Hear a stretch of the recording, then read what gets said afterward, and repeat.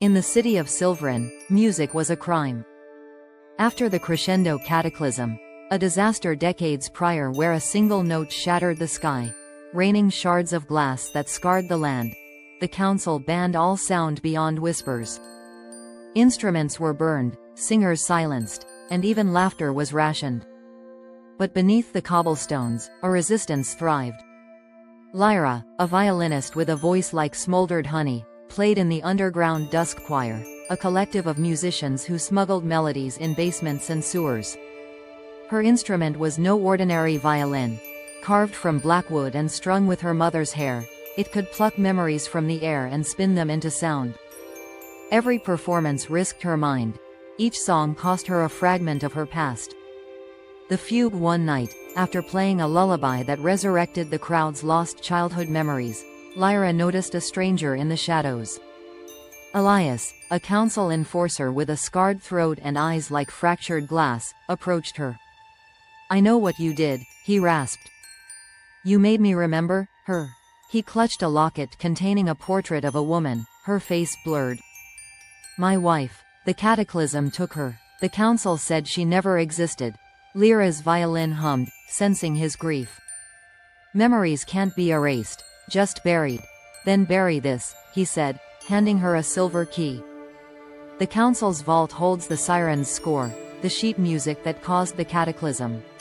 Destroy it, or they'll weaponize it again."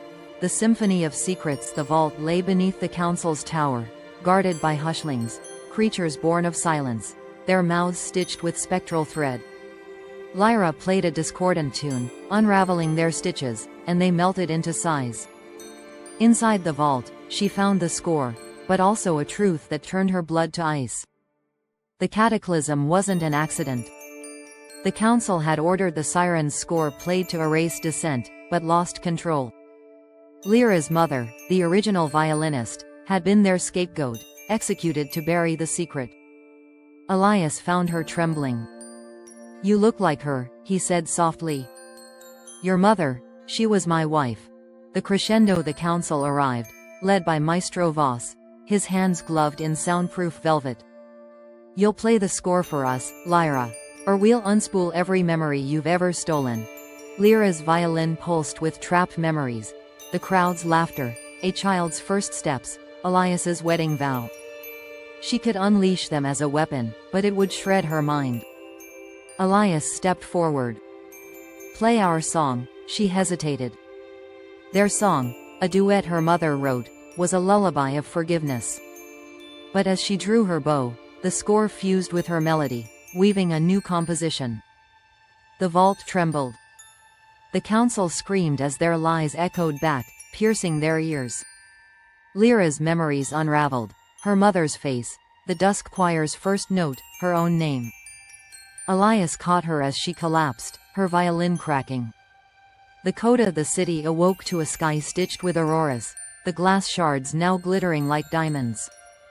The council's tower lay in ruins, its leaders fugitives. Lyra remembered nothing, not Elias, not her mother, not even the violin she clutched. But the city remembered her. The Dusk Choir played her lullaby in the streets, each note restoring a shard of her soul. Elias taught her to read music again, his scarred voice humming their song. "You'll rewrite your own memories," he said. "Make them louder than the ones you lost." The encore. Years later, Lyra conducts the Aurora Orchestra, her baton guiding symphonies that heal the land. Elias sits in the front row, his locket now holding two portraits. And in the silence between notes, Lyra swears she hears her mother's voice, harmonizing with the wind.